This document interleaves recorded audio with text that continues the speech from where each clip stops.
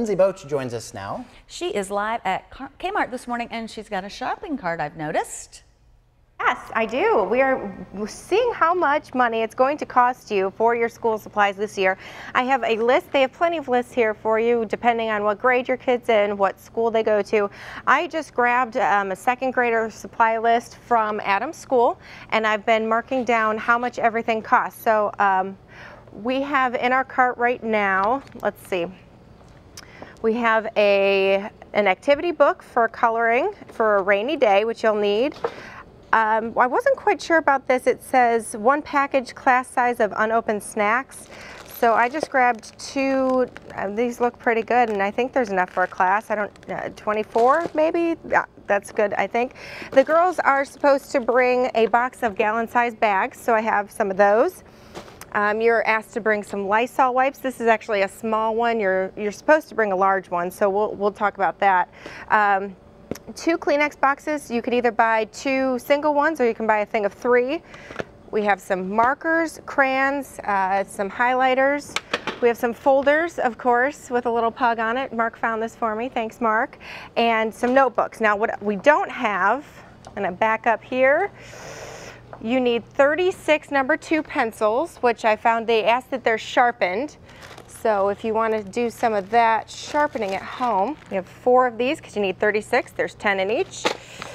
Let's see here. 4 glue sticks, which I saw were over here. They're actually cheaper to buy 6 of them. 2 soft pink erasers. They come in 3, of course. They never come in the amount that you need them. Some colored pencils, which are right here. And let's see, I saw something down here that we need. I think, oh, a plastic box. Need one of these for all of your pencils and crayons and stuff. 2 pocket folders, watercolor paint, which is right over here as well. And then, move this down this way. Mark, I'm going to come right at you because what I need is right behind you. Thank you. And 2 1-inch binders with the front pocket. So I'm going to add all of this up, and when we come back and talk to you in a little bit, I will let you know how much all of it costs. I don't know that I want to know how much all of it costs. Your eyes just kept getting Not going to be as bad as you think. I don't think. A lot of these things are on sale. So I think the cheapest thing that I found was 49 cents for crayons. Wow. Well, I guess I haven't been school shopping since I was in school, and back then we needed crayons, glue, and scissors, and pencils, and you were good to go. And maybe some Kleenex. And a big Chief tablet. A big Chief. Not quite that old. It's a blast from my past. Okay. And I noticed very convenient there. Everything's in one place. It's easy to shop for. You just got to do some saving before you go. Yeah, I always enjoyed school shopping, school supply shopping though. Always, and I think kids look forward to it. Yeah. Parents not so much. Curiosity has gotten the best of me because I want to see how much that school supply bill is for Lindsey. A second grader to school, right? Yes. Well, I forgot that backpack was on there as well, and so I picked the backpack that I would have when I was in 2nd grade. Obviously, Tinkerbell on the back. $85 for all of this, and that is including a 7% sales tax. So all of this is $85. You got some notebooks, some folders, and all of your school supplies. Well, she said it wouldn't be as much as I thought. Did you see my jaw drop? I did. Because when you take that times 4, or however many kids you got. Right. Right. So you can maybe shave a little bit off of that by doing a tax-free weekend that some of the states offer. So shop About then. $5 is the tax. Jeez. Wow. Which to me is not worth beating the crowds. No. So Lindsey, what was the most expensive item that you had to get? The backpack, actually. The backpack was $15, and then the snacks were $13. They also have gym shoes on there, but you can bring in used gym shoes, so there's ways to save money on this as well. And the snacks, I fail to see where that's a school supply.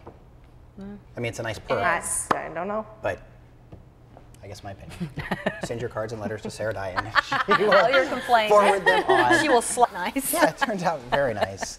Lindsey Boetsch is with us now. She's live this morning at Kmart with a shopping cart. Yeah, we are back to school shopping. We're doing supplies, not just clothes, or not supplies and clothes, just supplies. What your kids are going to need to be taking to the classroom this year. I have 6th grade at Baldwin, and what you guys are going to need: 2 packages of Post-it notes. You're going to need these 1-gallon bags. You only need 10 of them, so if you have some at home, you can just send your kids with 10 of these bags to go home with, or to go to school with them. 5 2-pocket 3-prong folders.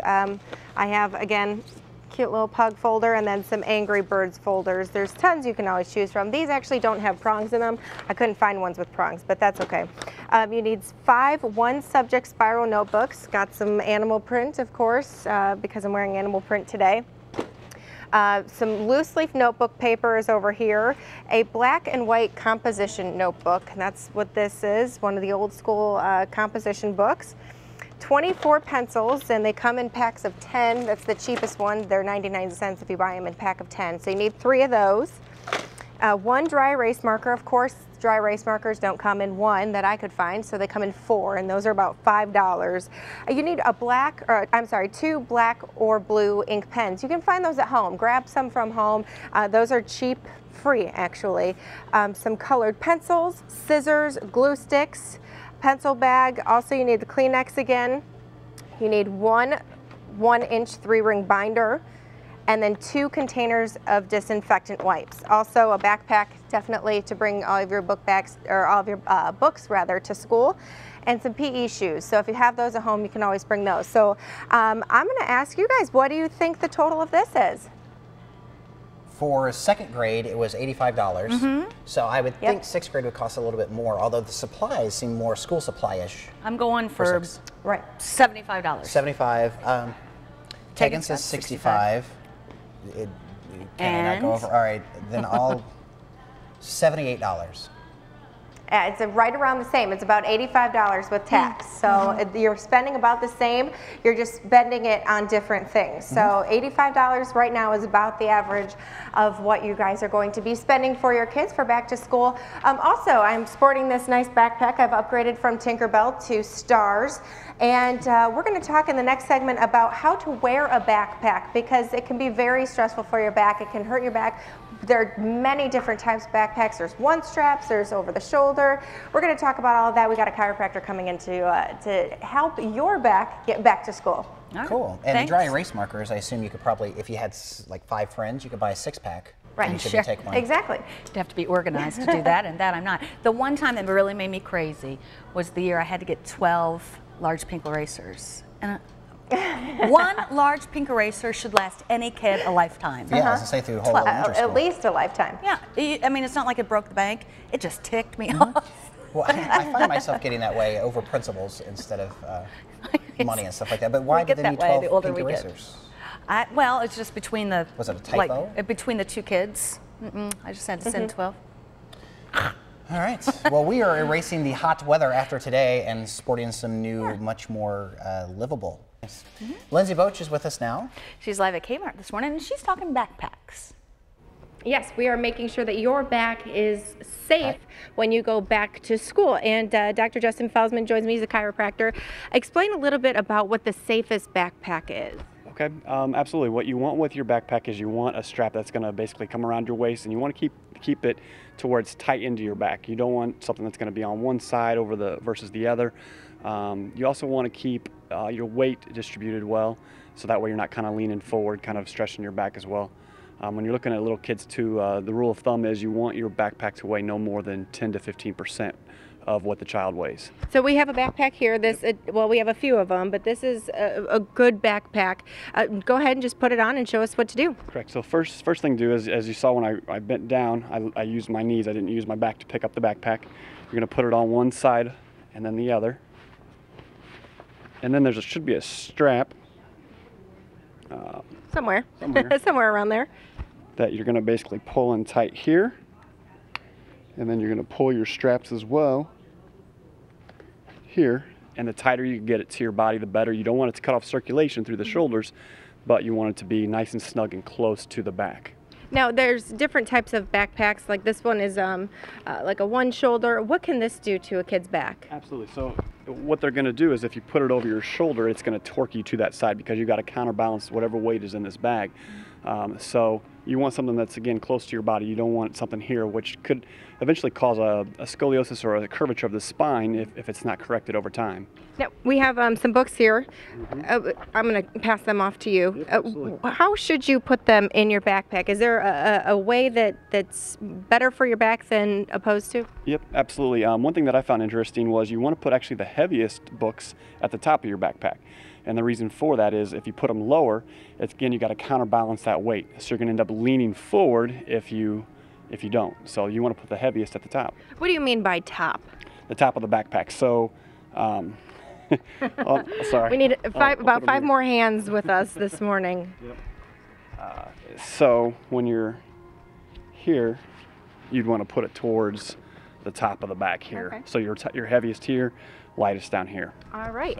And this, there's another type of bag. This is another kind. Is it better to throw it over your shoulder this way? You can do it again. It's the same thing as you're counterbalancing on this side, so you're gonna have to lean away from it. You'd want something that's more of over the shoulder on both sides and then tight to you. But again, yeah, you probably want to put it over the opposite shoulder, so that way you're kind of counterbalancing the weight. Now, a lot of backpacks actually have, they were saying that the safest ones are the ones with wheels, but those actually, on the list that I was looking at, that you're not allowed to have those because they don't fit in the lockers, they don't fit, and they're actually a tripping hazard in the hallway. So they're good for, I guess, if you're traveling or things like that, but some schools are not allowing those rolling backpacks in their schools. Do you know, kids who buy backpacks, it's like women in their shoes. They're willing to put up with some trouble as long as it looks good, and they don't want to look nerdy in their backpack, so they'll throw it over a shoulder. But can cause some long-term problems. It you know, scoliosis, bad thing. Bunions, also bad. Plus, it's a nasty word to say. We're trying telling a second grader to not get a SpongeBob backpack because it doesn't have the strap. Because you might get scoliosis, and they're going, what?